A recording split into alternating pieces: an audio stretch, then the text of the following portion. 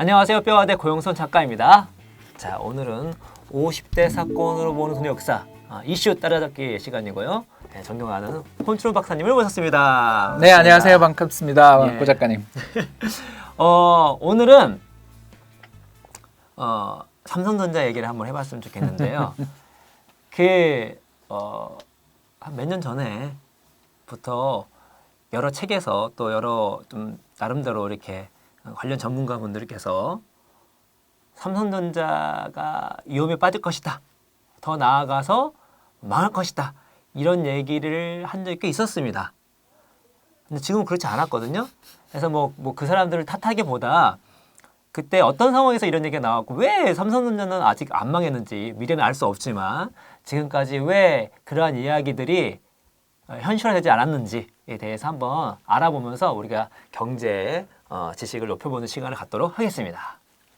네, 일단 제 생각에 삼성전자가 지금껏 저렇게 뛰어난 성과, 물론 뭐 2018년에 비해서 2019년 성과는 부진하겠지만 그러더라도 수십조의 영업이익을 올릴 것으로 예상이 되는데요.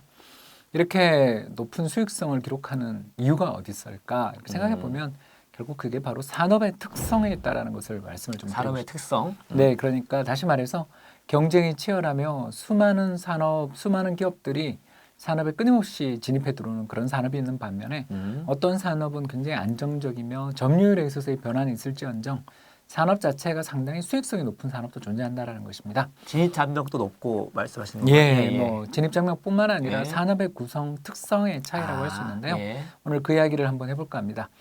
당신은 전략가입니까?라는 재미있는 책이 있는데요. 그렇죠. 예, 그 좀 좋은 책입니다. 물론 나온 지 좀 오래됐기 때문에 오늘 동영상 강의에서 들으시는 걸로도 핵심 내용은 거의 다 파악이 가능하시겠다고 할 수 있는데요.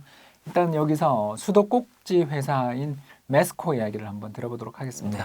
이 메스코라는 회사는 이전에는 냉온수를 따로따로 수도꼭지를 틀었다고 해요. 근데 요새는 이제 우리 전부 그렇죠. 예. 냉온수를 같이 다 예. 틀잖아요.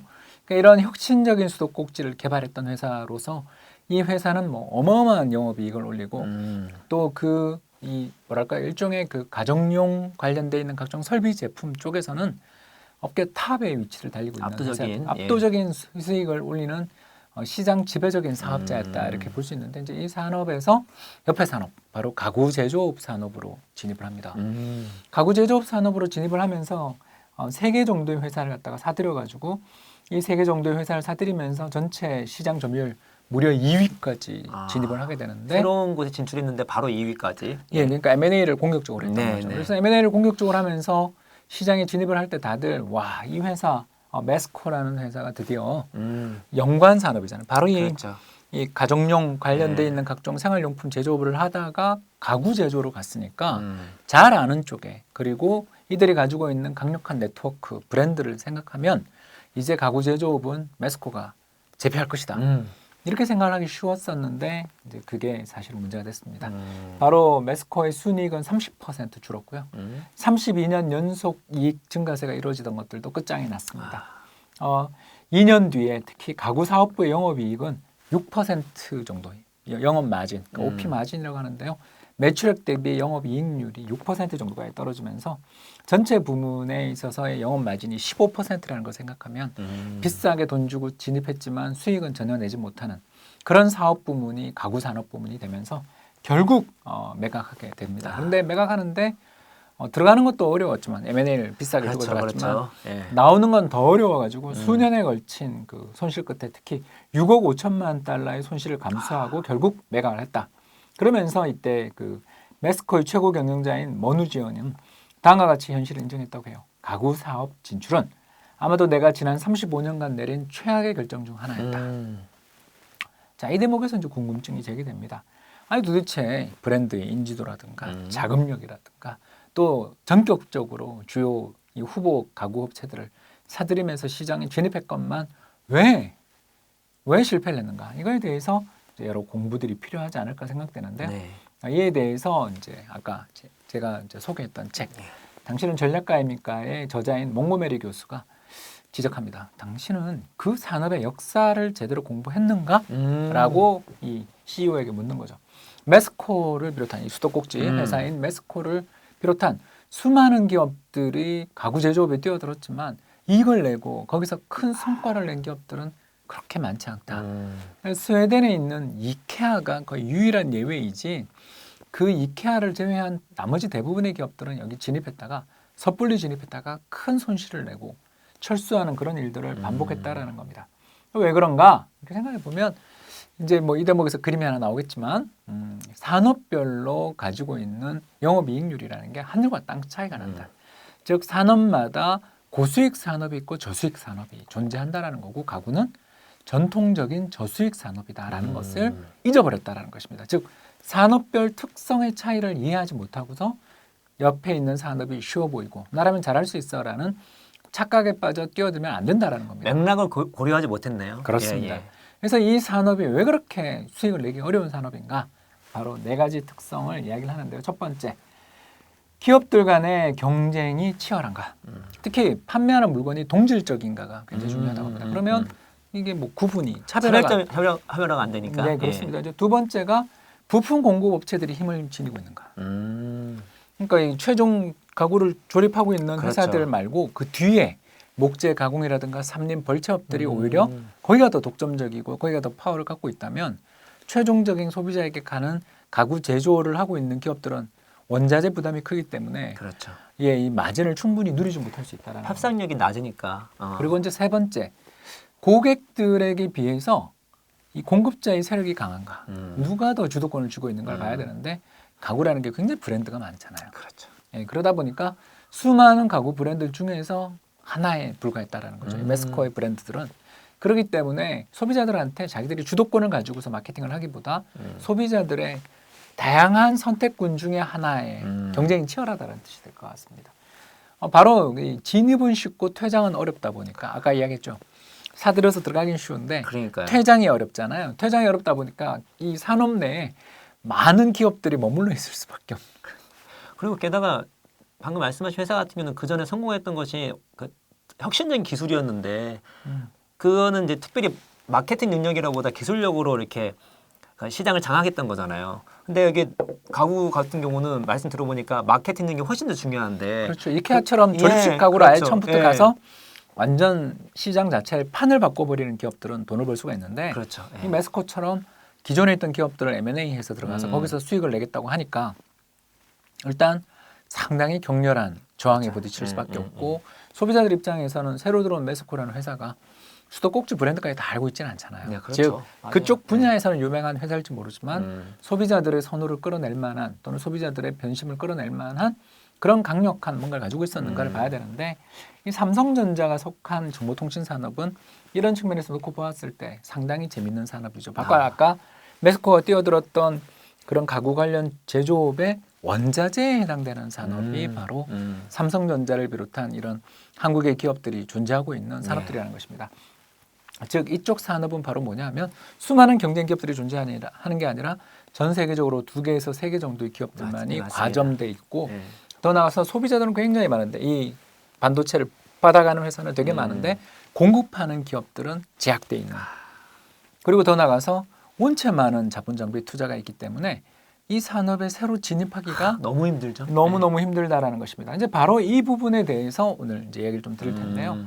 이 바로 왜 새로운 기업들이 뭐 당장 이번에 중국의 반도체 회사가 뛰어들었다가 상장 폐지하고 그런 과정들을 우리가 봤는데 네.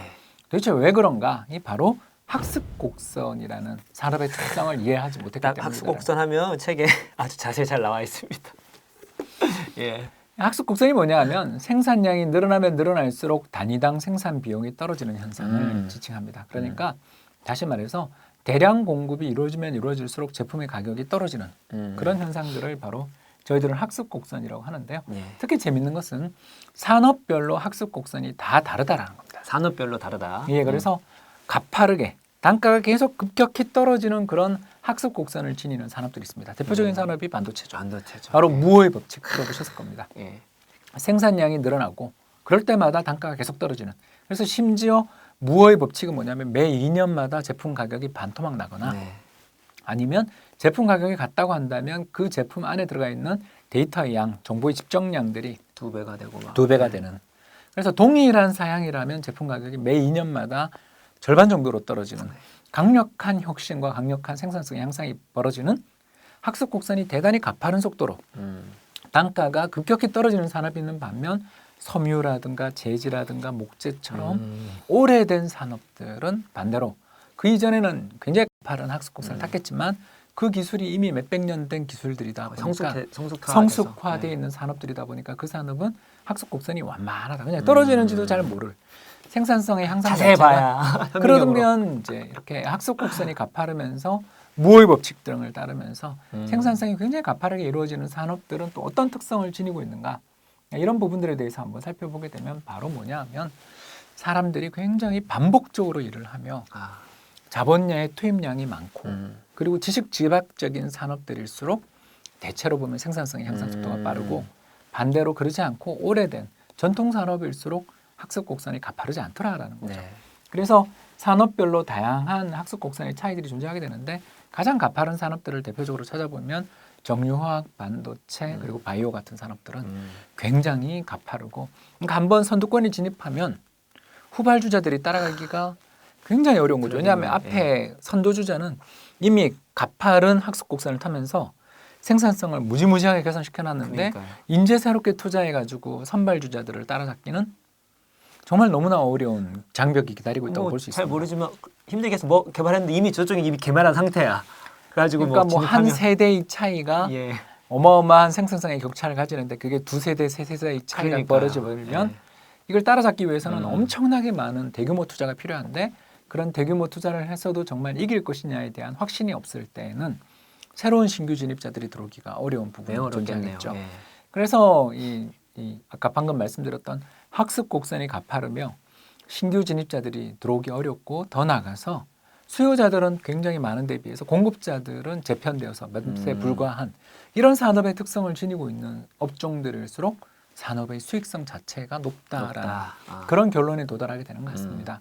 그런 면에서 삼성전자는 물론 경기의 변동에 민감하다라는 산업의 특성은 지니고 있습니다만 그 산업에 새롭게 진입하는 기업들 입장에서는 뭔가 바닥에서부터 새롭게 시작하기보다 차라리 이 경쟁 과정에서 패배한 기업을 M&A함으로써 시장에 들어오는 편을 선택하지 경쟁자의 숫자가 늘어나기는 참 어려운 그런 편에 속하는 산업이라는 것이고요. 실제로 우리나라도 과거를 생각해 보면 바로 1990년대 중반 전 세계가 아날로그 기술에서 디지털 기술로 바뀌어 나가며 그리고 파괴적 혁신이 시작되면서 이전에 워크스테이션급의 반도체들을 만들다가 PC용, 퍼스널 컴퓨터용 반도체를 만드는 새로운 산업의 전환기에 뛰어들므로써 이런 성장의 기회들 그리고 경쟁 과정에서 일본의 각종 다양한 애니시라든가 히다치 같은 기업들을 몰아내고 또 독일의 키몬다와 같은 경쟁 기업들이 도태되는 과정에서 과점화들이 이루어졌다라는 과정을 생각해 본다면 일단 이런 산업들은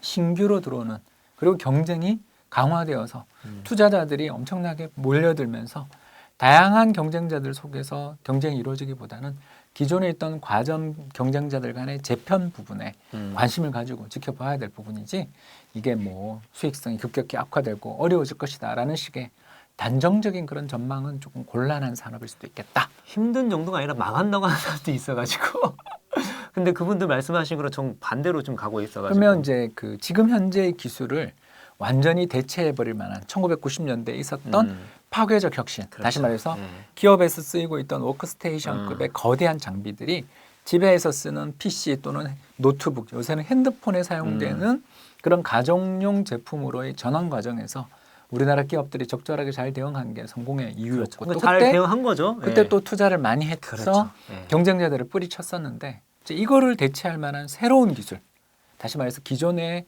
쌓아놨던 숙련, 쌓아놨던 기술 수준, 쌓아놨던 R&D 비용이 허사가 될 수 있을 정도의 뭔가 새로운 판이 열리면 그 정도가 와야 그렇게 삼성전자가 정말 위험해지고 망할 수도 있다라고 좀 코멘트를 할 수가 있지. 그런 정도의 변화가 없는 상태에서는 그런 얘기를 하기 힘들고 또 삼성전자가 전부 잘 모르지만 뭔가 잘하는 것 같아요. 그냥 뭐 신기술에 대해서 되게 지금 아니 투자를 많이 하고 핸드폰도 있죠. 처음에 나왔을 때 엄청 이상했는데 금방 갤럭시 나오면서 그러니까 잘 저는 전문가 아니지만 그 따라가는 속도도 너무 엄청나가지고 본인 업도 잘하고 뭐 따라가는 것도 되게 잘해가지고 저는 기억나는 게 뭐가 있냐면 박사님께서 돈 좀 굴려봅시다. 네. 근데 그게 2012년도에 나온 책입니다. 그때 저는 기억합니다. 돈 좀 굴려봅시다에 보면 이제 퇴치 효과 막 이렇게 막 나오면서 뒷부분에 삼성전자에 표현한 게 있어요. 그때 말씀하신 게 비슷한 말씀을 하시면서 오히려 삼성전자의 점유율이 더 강해질 확률이 높은 것 같다라고 말씀하신 게 나오거든요. 그래서 그게 이제 조금 미래는 알 수 없지만 또 박사님 같은 경우는 업 자체가 우리에게 그 가장 합리적인 시나리오를 알려주시는 분이잖아요. 그게 좀 이렇게 좀 맞아가지고 또 되게 기분이 좋은 그런 기억이 납니다. 근데 그게 그냥 이렇게 말씀드린 게 아니라 말씀하신 이런 이야기가 밑바탕에 깔려 있다는 거잖아요. 그리고 우리가 이제 책에 보시면 그 포드 얘기 나오면서 학습 곡선 얘기가 나옵니다. 그래서 얼마나 이거를 이해하는 것이 우리 경제와 우리 산업을 이해하는 데 중요한 것인지 알 수 있는 대목이라고 할 수 있겠습니다. 자, 아셨죠? 예, 오늘 이걸로 마치고요. 다음에 더 좋은 시간으로 여러분을 찾아뵙도록 하겠습니다. 감사합니다.